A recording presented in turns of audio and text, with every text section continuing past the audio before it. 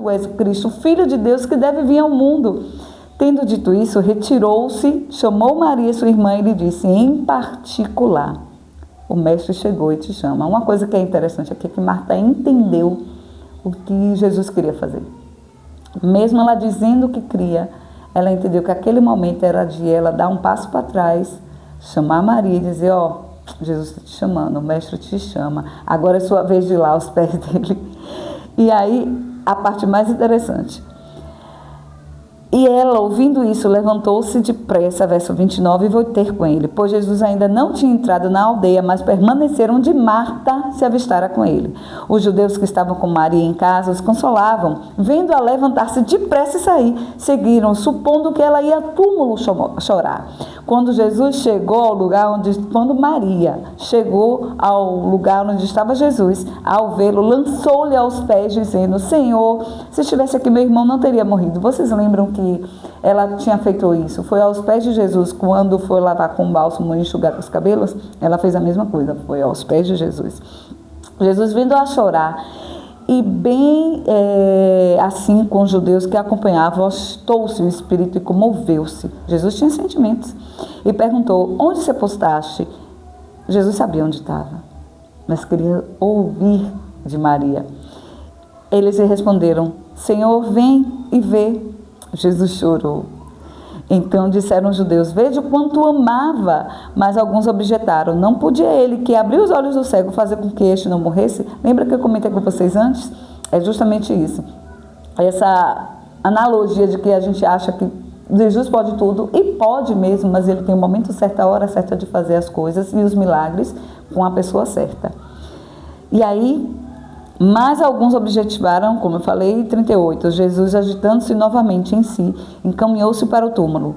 Era este uma gruta, e cuja entrada tinha posto uma pedra. Então ordenou Jesus, tira a pedra. Disse-lhe Marta, irmão do morto, Senhor, já cheira mal, porque já tem 4 dias. Respondeu-lhe Jesus, não te disse que se credes, verás a glória de Deus?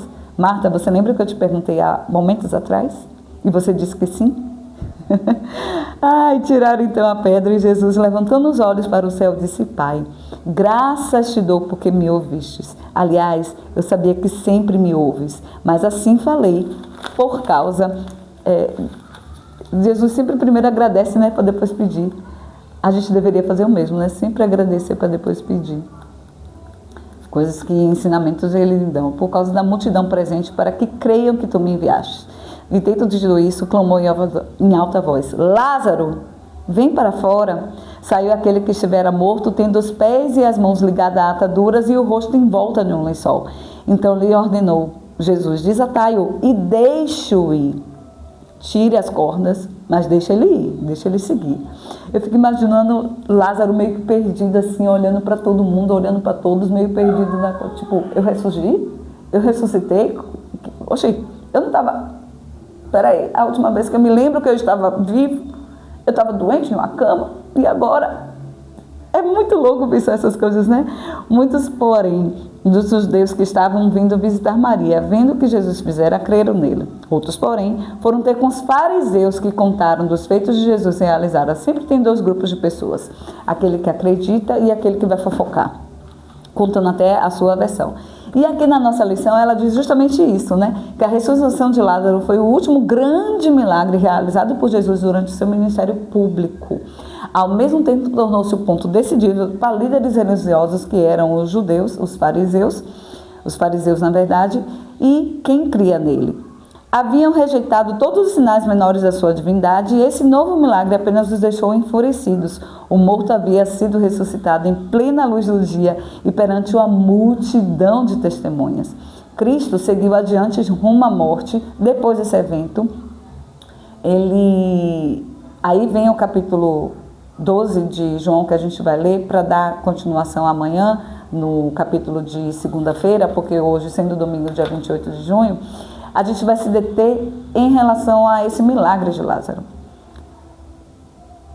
O que parecia ter terminado foi o início de uma nova vida para Lázaro. O que parece ter fim para você é o início de uma nova vida, assim como a ressurreição de Lázaro. Que Deus possa abençoar a sua vida. Esse pode ser o início do fim da sua vida agora, nesse momento. Esse pode ser o recomeço da sua vida daqui por diante.